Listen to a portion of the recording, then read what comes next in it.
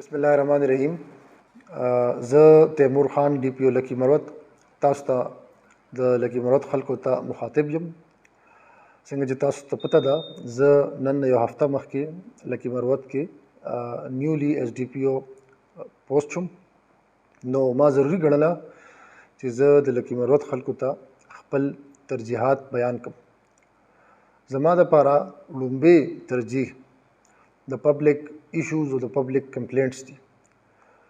لکی مروت پولیس ته دا ما کنوی کړی ده او په دې فورم ورته دوباره کنوی کوم چې د لکی مروت عوامو سره تاسو خپله رویه ډېر زیات ښه ساتئ.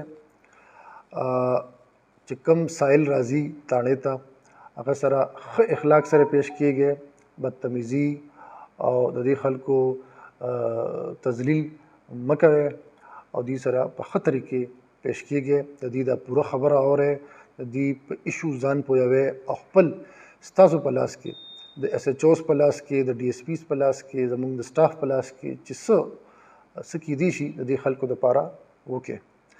د دې دپاره ما ډیلی بیس باندې 2 غنټو دپاره فرام 2 PM to 4 PM د غرمې 2 بجو نه 4 بجو پورې ما پبلک آورز ډکلیئر کړل.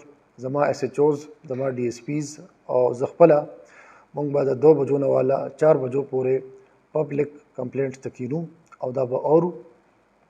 د دې نه علاوه هم تاسو اني ټایم اوپن ډور پالیسي ده، زما آفس ته اني ټایم راتلی شئ او چې څه مسله وي ما ته بیان کولی شئ.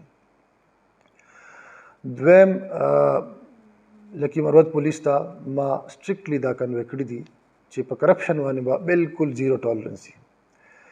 چې کم پولیس والا تاسو نه پیسې واخلي یا څه کرپشن وکړي تاسو کمپلینټ وکړئ، موږ به په هغې کې انکوایري کوو او چې په کم کس باندې کرپشن ثابت شو زما د طرفه بالکل زیرو ټالرنس دی، موږ به سټرکټ ډپارټمنټل ایکشن د هغې خلاف اخلو.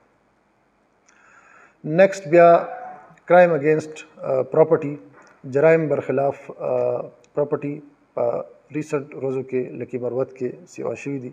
د دې علم ماته شته او د دې اعتراف زه کوم. زمونږ پوره کوشش دی چې مونږ په دې کرایم کې کمی راولو، خاص طور پہ سنیچنګ، ډکیتي، غلاګانې، رابریز، روډ رابریز دا زما ټارګټ دی. دا خلک به دا ګینګز به مونږ ټریس کوو، دا به مونږ اریسټ کوو او دا به ټول مونږ کیفر کردار ته رسو. د دې نه علاوه چې کوم سوشل کرایم دی، خاص طور باندې منشیات، آیس، کوم چې زمونږ د سوسایټي فیبرک تباہ و برباد کو، په هغې باندې به مونږ یو سټرکټ کریک ډاون کوو. د منشیاتو خلاف، د جوارۍ خلاف، د ناجایز اصلې خلاف، د ګن کلچر خلاف مونږ به یو سټرکټ کریک ډاون کوو چې دې کې کمی راولو او را روان زمونږ چې کوم جنریشنز دي دا د دې ایولز نه بچ کو. اخري چې کوم زما پوینټ دی هغه دا دی چې تاسو ته پته ده لکی مروت پولیس دې ټایم کې یو حالت جنگ کې دی او زمونږ دهشتګردو سره یو جنگ روان دی.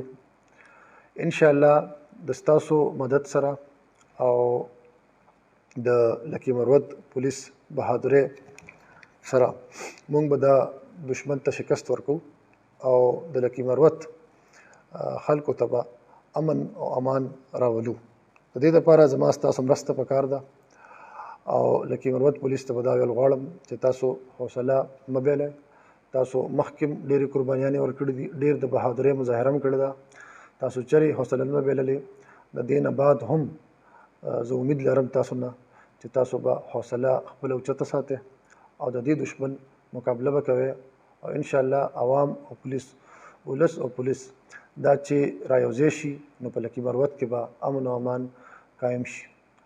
ډېره مننه، مهرباني.